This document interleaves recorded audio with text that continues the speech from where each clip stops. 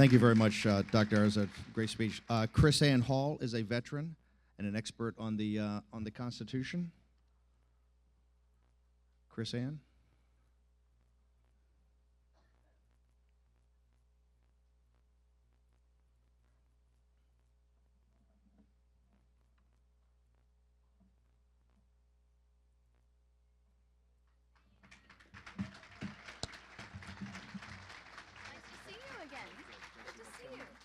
No, I have 20. Okay. Thank you. Good morning, everybody. I want to suggest to you that as you are here today, everybody's going to provide you with a great deal of opinion on the direction to fix our problems. Do you think I'm wrong?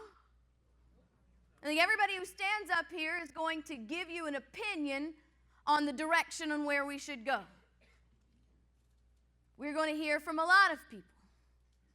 But there are some things that we need to understand. We need to start not just looking for solutions, but as the man who was before me said, we need to start looking for the source of the problem. We have been in the habit for many, many years of putting Band-Aids on things instead of curing diseases. And so I want to sort of start off because I want to remind us that our problem is not liberal versus progressive. Our problem is not Republican versus Democrat. Really? Think about this. Do we recognize that we are seeing just the same destruction of our Constitution in both parties?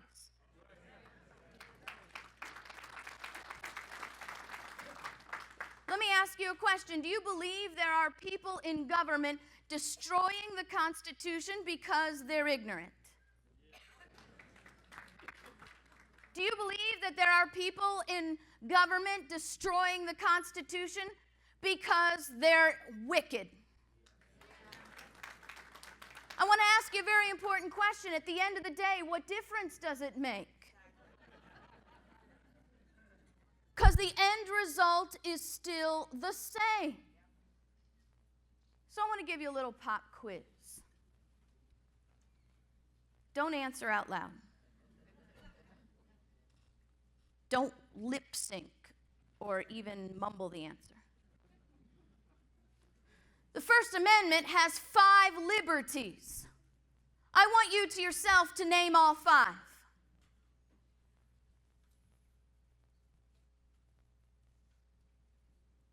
We have a Supreme Court justice in Florida, where I am from, who took a poll and asked this question of Floridians.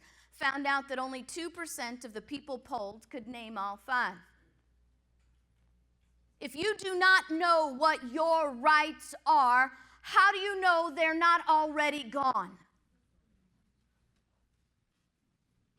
There is not a single person in this room with constitutional rights.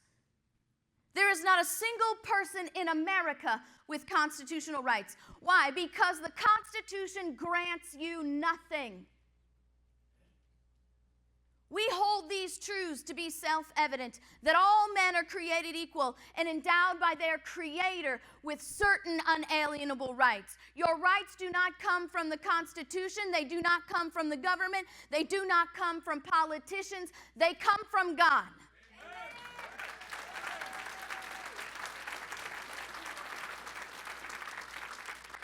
And don't you think it's about time we start acting like it?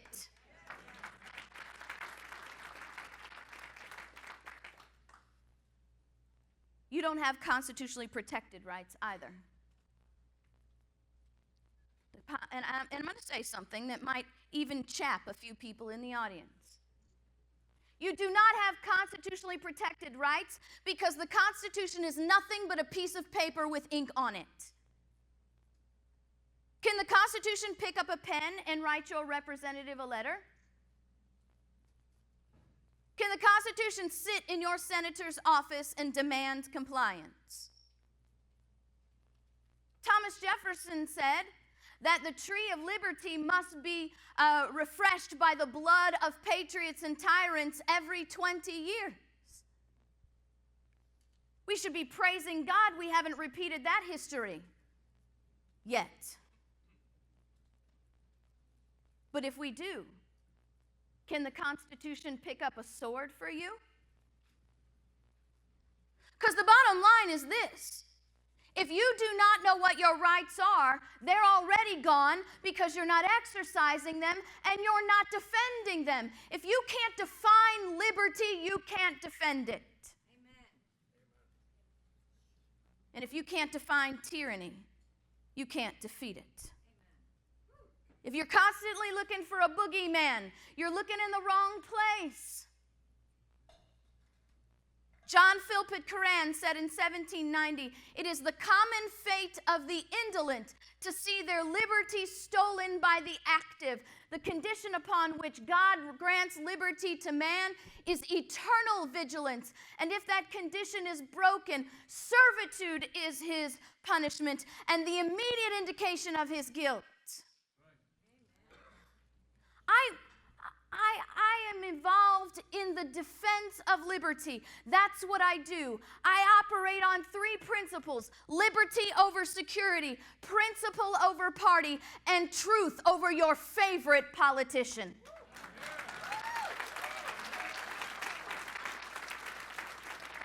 I travel around the country. I teach on average, 265 lessons in over 22 states every single year. I teach high school, middle school students. I teach college students.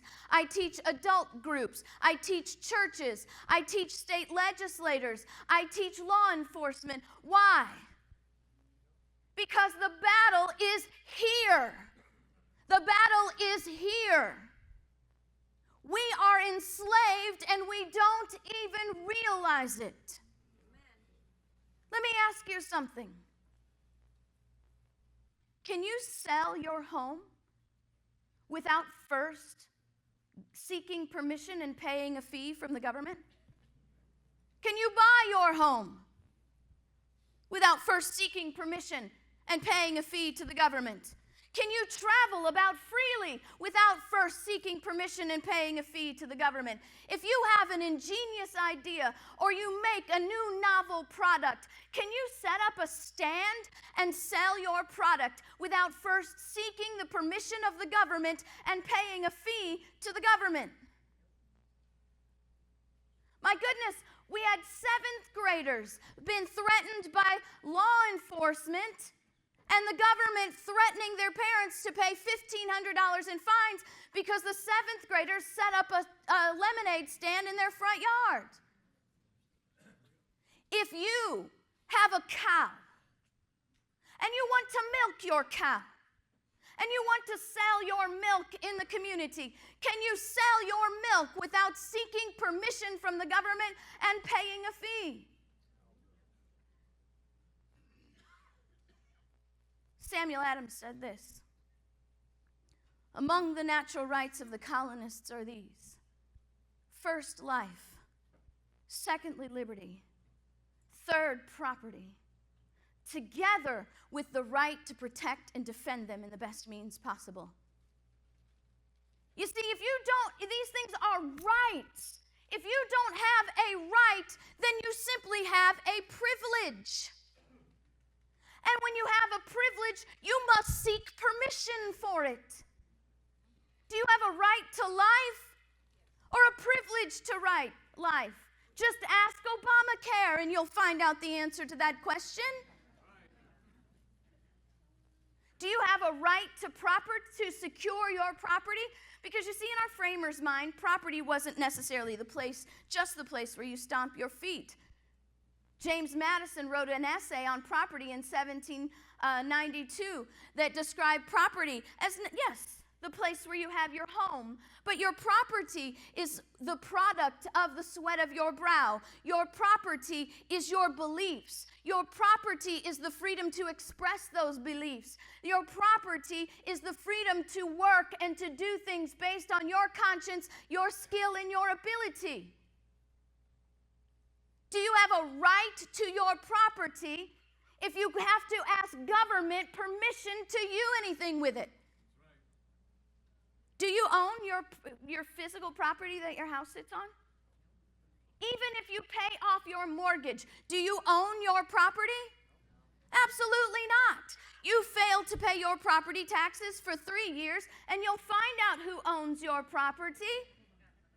Because the government's not simply buying your property for back taxes, because your back taxes aren't even near the worth of your property, because you don't own it.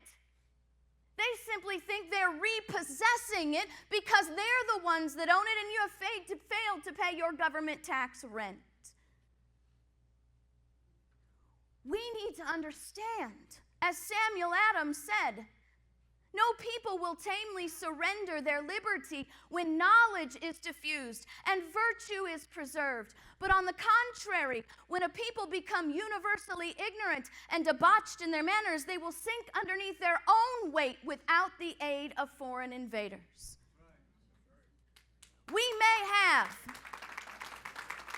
a foreign invader problem in America. We may have a refugee problem in America. We may have an ISIS problem in America. But I'm here to tell you the biggest problem in America is ignorance of who we are and what our Constitution is.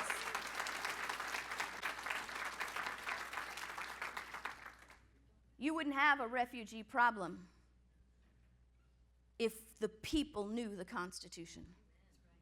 There is absolutely no constitutional authorization for any refugee to enter America whatsoever.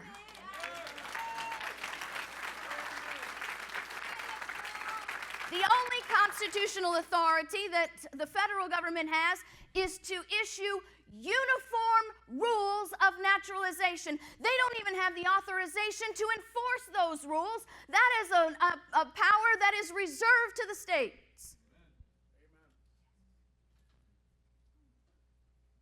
If we were not ignorant of the Constitution, we would not have an EPA, an FDA, a Department of Homeland Security. We would not have an ATF. We wouldn't have all these agencies. And here, let me say something very important. We would not have congressmen continually funding these things.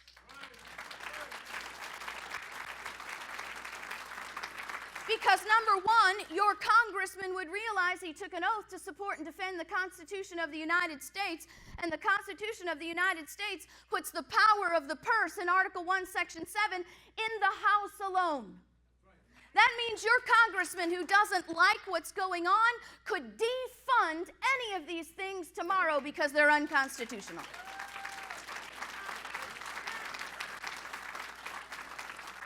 Go read the Constitution. It's not rocket science. Our framers wrote it so that everybody could understand it. Do you know why government is complicated now? Not because of the Constitution. Because of all the extra constitutional and unconstitutional rules that politicians have piled onto the process to put up smoke and mirrors and disguise their responsibility and shirk their responsibility in how these things are operating.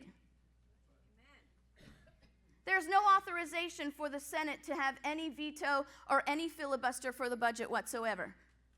The Senate's operation in the budget is permissory from the House. It says the Senate may offer amendments, and there is absolutely no authorization in the Constitution whatsoever for the President of the United States to have any involvement in the budget process.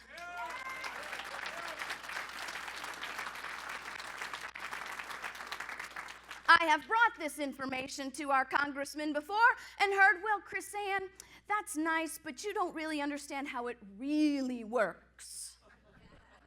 See, I don't care how it really works. I care how it's supposed to constitutionally work, because that's the law that makes you, and that's the law that binds you.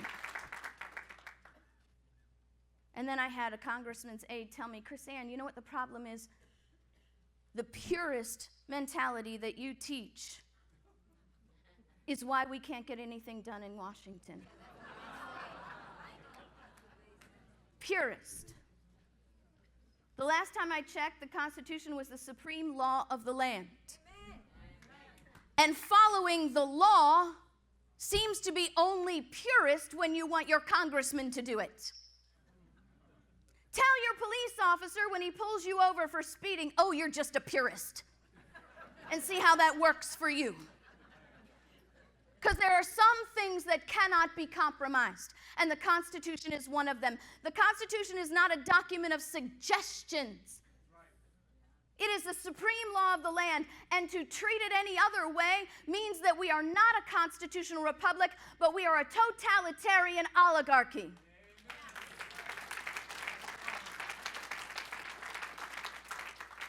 And none of this is going to change until we change. Until we realize it's not Republicans versus Democrats, because I'll remind you that a great deal of tyranny in our government, a great deal of the destruction of our Constitution and the rights and the liberties of the people have come from the pen of the conservative Republican House over the last 10 years.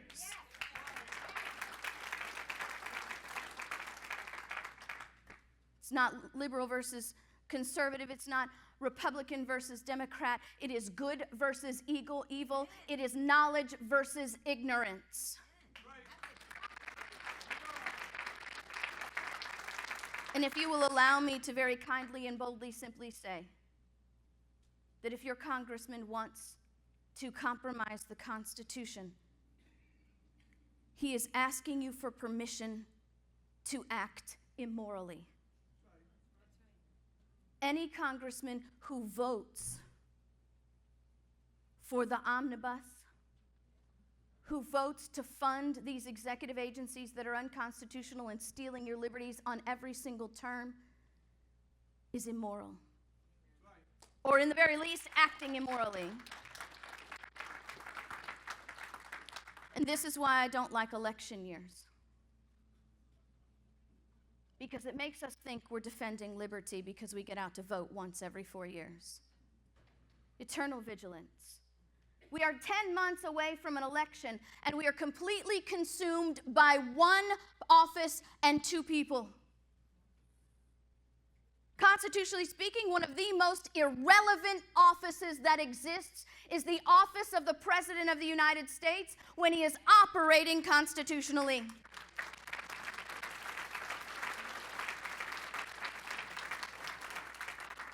Do you know there are 469 seats in Congress up for election this November? Why aren't we talking about that?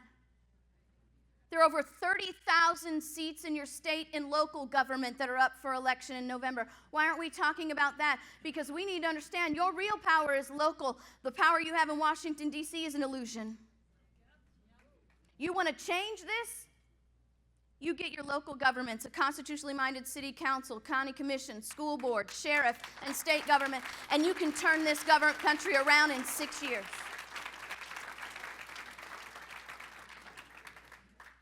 Do you own your property? Do you own your thoughts and your ideas? Not if you have to ask permission to put them into force. And how do you defend these things if you don't even know what they are? What good is freedom of speech if you never stand up in public and say anything controversial?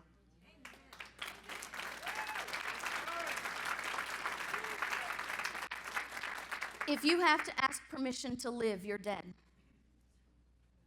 If you have to ask permission to exercise your liberty, you're a servant. If you have to ask permission to secure your property, you are indentured. And if you have to ask permission from the government on when, where, and how you can protect your life, your liberty, and property, you are a slave.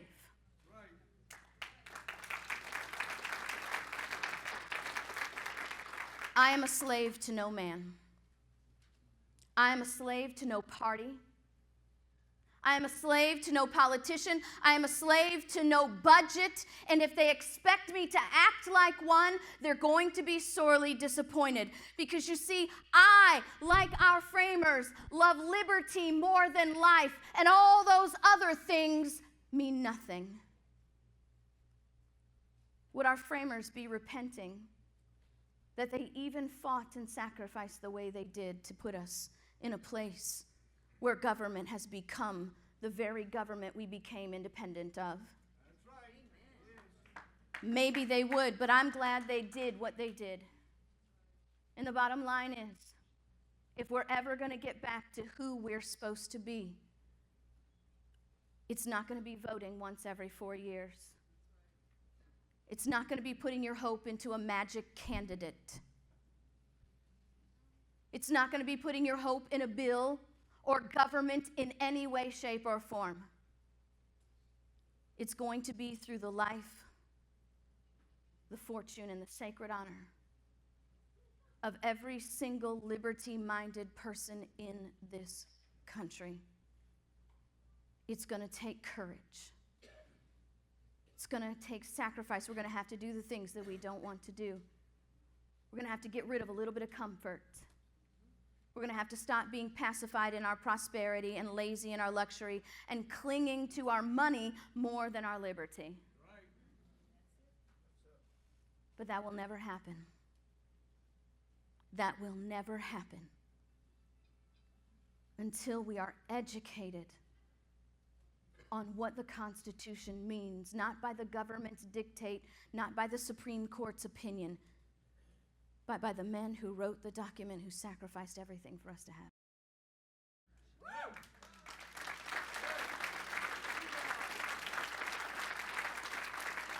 And that's why I do what I do. That's why my family has sacrificed a normal life to travel all over the country and teach. Because we are throwing our children into slavery. And Winston Churchill said, if you will not fight for the right when you can easily win without bloodshed, if you will not fight when the victory is sure and not too costly, you may have to fight with all the odds against you and only a precarious chance of survival. He said, but there may even be a worse case. You may have to fight when there is no hope, because it's better to perish than to live as a slave. We are condemning our children to buy back a gift that we were supposed to give to them. Let's take back the narrative. Stop chasing straw men. Stop picking up red herrings. Let's put liberty first. Let's demand our representatives represent the Constitution and the people's will, liberty over security, principle over party, and truth over our favorite personalities, restoring the republic and ending the oligarchy. Thank you very much.